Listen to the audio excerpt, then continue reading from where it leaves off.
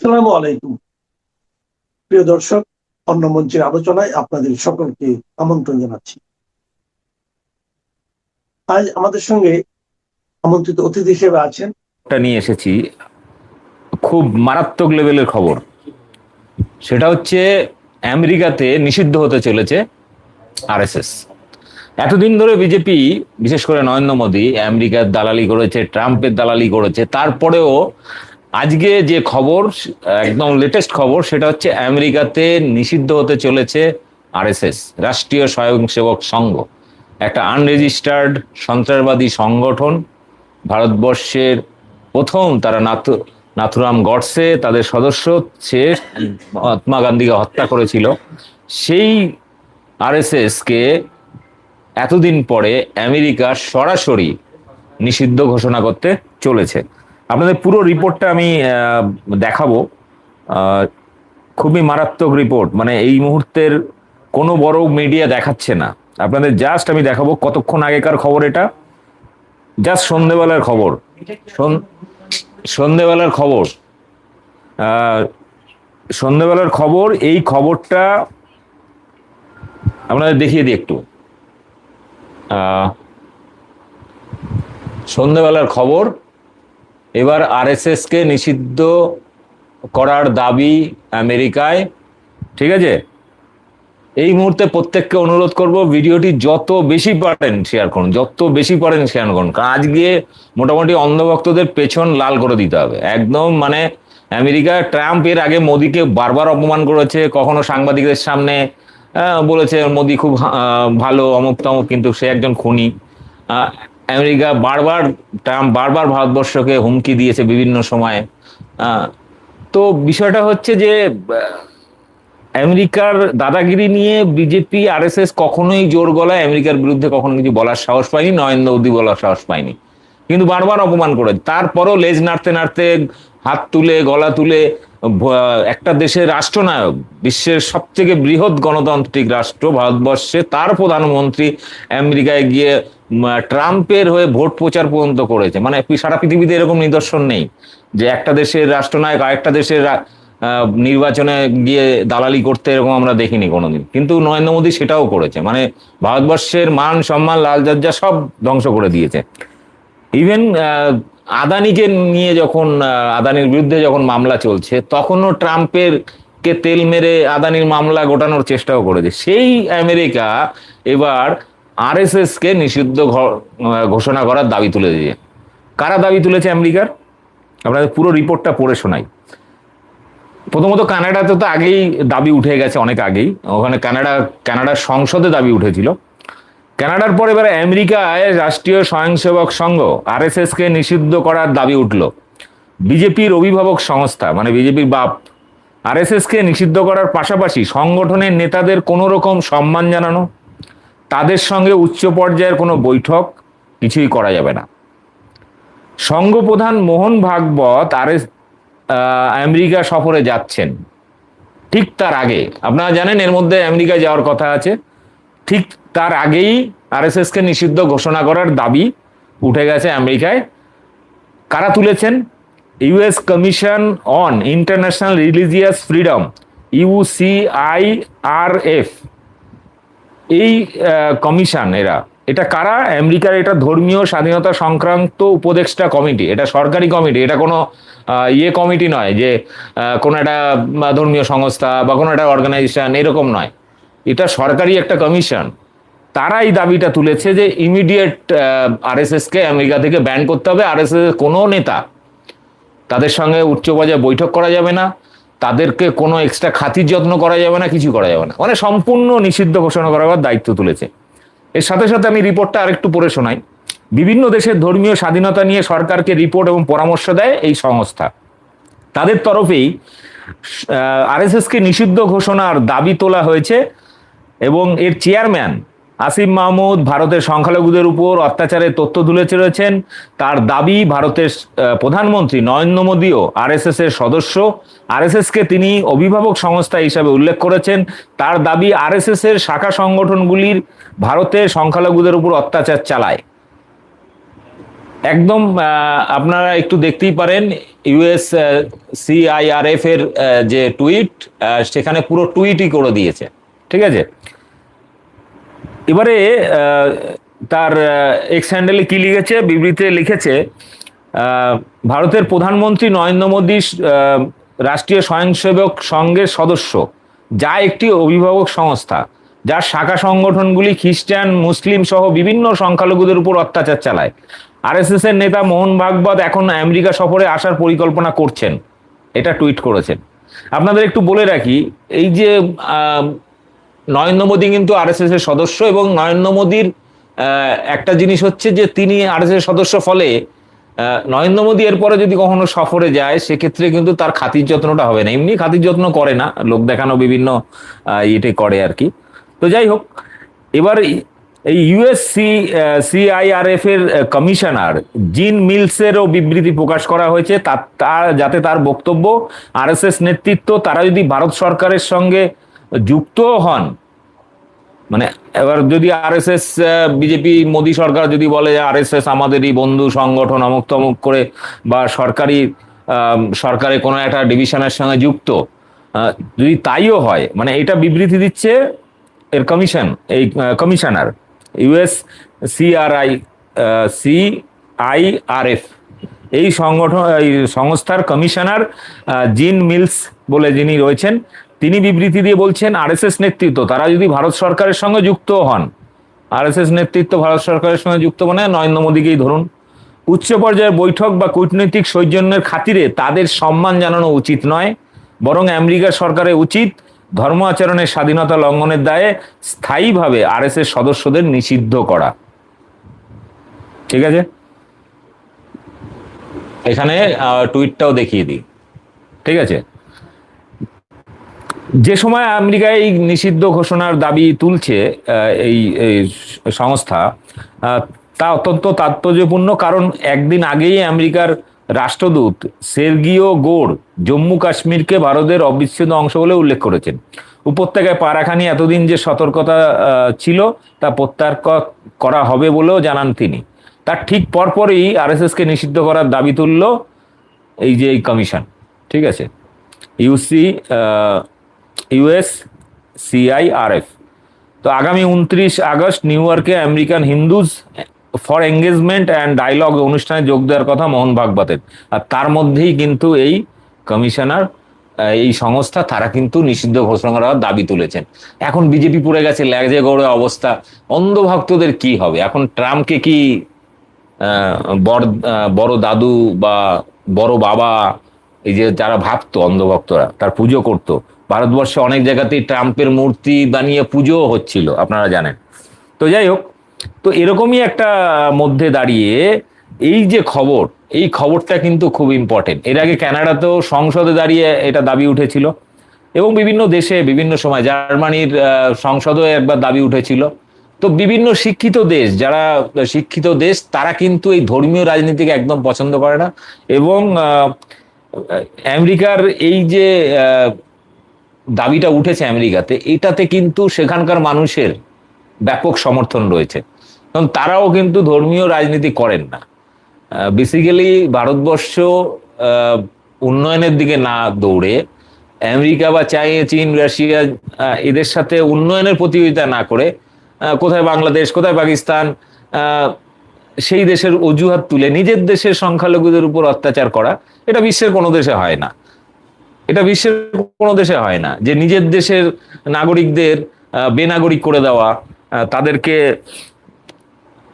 SIR বা ইত্যাদি করে তাদের ভোটাধিকার কেড়ে নেওয়া, তাদেরকে বাংলাদেশি তকমা দেওয়া, এই যে এই ধরনের ঘটনা বারবার দেখেছি। বা ধর্মের কারণে সে খ্রিস্টান হোক, মুসলিম হোক, শিখ হোক, তাদের উপরে অত্যাচার করা, বুদ্ধিস্টদের উপর অত্যাচার করা, মানে এইগুলো কিন্তু অন্য দেশে হয় না, এবং এটা ভারতবর্ষে হচ্ছে। এবং করছে কারা? ভারতবর্ষে যারা স্বঘোষিত ধর্ম রক্ষাকারী, মানে ধর্মের ঠিকাদার, বিজেপি, আরএসএস।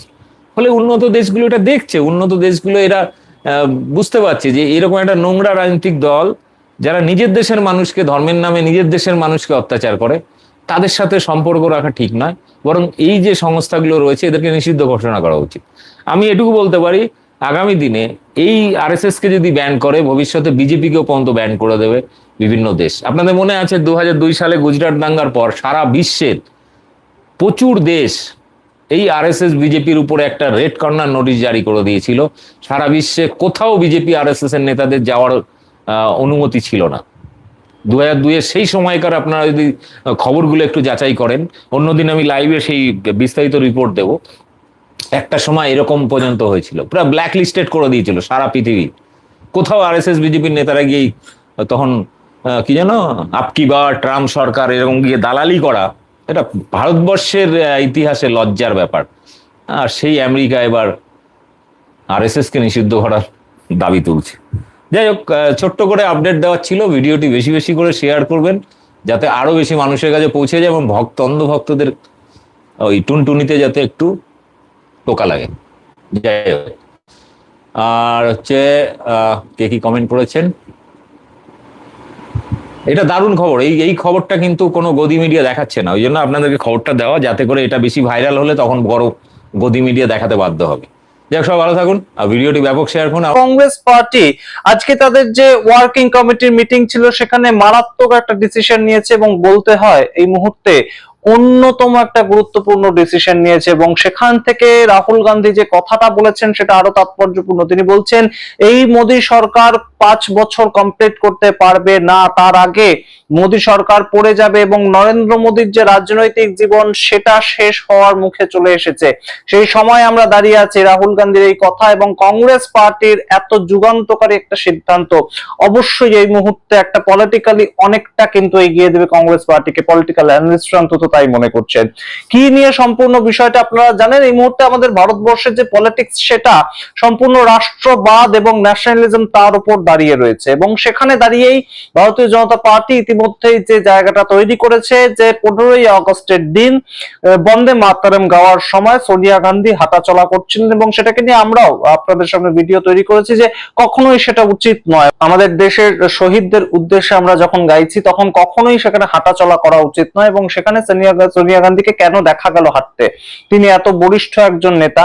তো সেই ক্ষেত্রে একদম কংগ্রেস পার্টি তাদের তরফ থেকে কিন্তু গুরুত্বপূর্ণ একটা সিদ্ধান্ত নিয়েছে। ভারতীয় জনতা পার্টি বিভিন্ন জায়গায় সারা দেশ জুড়ে আমরা দেখতে পাচ্ছি যে এটা নিয়ে প্রতিবাদ নেমেছে যে কংগ্রেস বন্দে মাতরমকে সম্মান করে না। কিন্তু কংগ্রেস ওয়ার্কিং কমিটির আজকে মিটিং ছিল এবং সেই মিটিং থেকে যে রেজলিউশনটা বেরিয়ে এসেছে সেটা খুব গুরুত্বপূর্ণ। সেটা তাদের একটা বলিষ্ঠ যে স্ট্যান্ড পয়েন্ট সেটা কিন্তু দেখাচ্ছে এবং যে কোনো পলিটিক্যাল পার্টি এই ধরনের একটা স্ট্যান্ড পয়েন্ট আজকের ভারতবর্ষে যখন নিচ্ছে তখন অবশ্যই তারা যে কনফিডেন্ট তাদের রাজনীতিটাকে নিয়ে সেটা কিন্তু তারা কোথাও গিয়ে বোঝা যাচ্ছে। তার কারণ কংগ্রেস ওয়ার্কিং কমিটি তাদের যে মিটিং ছিল সেখানে সমস্ত নেতা নেতৃত্বরা আসেন এবং যত বড় এবং বিভিন্ন প্রদেশের নেতা নেতৃত্বরা সবাই উপস্থিত ছিলেন এবং সেখানে যে কথাটা হয় সেটা হচ্ছে যে বন্দে মাতরম এই মুহূর্তে আমাদের নিয়ম অনুযায়ী 1937 সালের যে ওয়ার্কিং কমিটির রেজলিউশন সেটা আমরা পাঠ করব। 1937 সালে তৎকালীন সময় কংগ্রেসের মধ্যে সুভাষচন্দ্র বোস ছিলেন, তৎকালীন সময় গান্ধীজি ছিলেন, সর্দার বল্লভভাই প্যাটেল ছিলেন, সবাই ছিলেন এবং তাদের যে রেজলিউশনটা সেটাকে বের করা হয় এবং সেখান থেকে বলা হয় সরাসরি যে রবীন্দ্রনাথ ঠাকুর তৎকালীন সময় দুটো স্ট্যান্জা গাইবার প্রস্তাবনা রেখেছিলেন এবং সেটাই গৃহীত হয়েছিল কংগ্রেসের ওয়ার্কিং কমিটির যে মিটিং হয়েছিল সেখানে। রবীন্দ্রনাথ ঠাকুর নিজে বলেছিলেন যে 6টা স্ট্যান্জা এত বড় আমরা বন্দে মাতরম গাইবো না, পুরো গানটা গাইবো না, তো সেই জায়গা থেকে আমরা প্রথম দুটো স্ট্যান্জা গাইবো।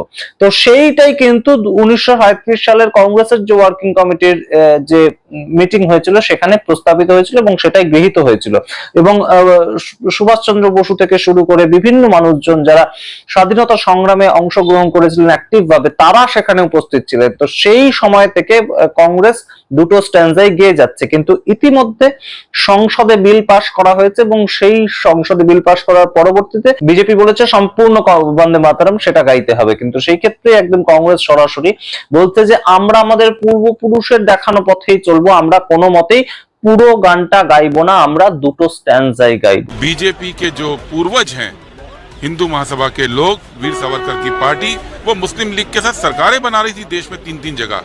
ठीक उस वक्त जब महात्मा गांधी आजादी का आंदोलन चला रहे थे, भारत छोड़ो आंदोलन चला रहे थे, ठीक उसी वक्त हिंदू महासभा के लोग और श्यामा प्रसाद मुखर्जी जो जनसंघ के पहले अध्यक्ष थे वो सरकार में थे मुस्लिम लीग के साथ और वो ब्रिटिश गवर्नर को चिट्ठी लिख रहे थे कि मुस्लिम लीग के साथ मिलकर हम भारत छोड़ो आंदोलन को कुचलने के लिए हर तरह से तैयार हैं। अब ये लोग क्या देश में सिखाएंगे कि कांग्रेस पार्टी की देशभक्ति क्या होती है? क्या ये लोग सिखाएंगे जिन्होंने आज़ादी की लड़ाई नहीं लड़ी कि देशभक्ति क्या होती है? वंदे मातरम कांग्रेस पार्टी का गीत अब से नहीं है, वंदे मातरम 1896 से है। 1896 में कांग्रेस पार्टी ने वंदे मातरम को अपनाया था और पूरे आज़ादी के आंदोलन में जब कांग्रेस के लोग जेल जाते थे, जब हजारों कांग्रेस के लोग शहीद हुए भारत छोड़ो आंदोलन में, जब कांग्रेस के लोग सजाएं भुगतते थे तो वंदे मातरम का नारा ही लगाते थे। आज बीजेपी उस नारे को देश को बांटने के लिए इस्तेमाल करना चाहती है।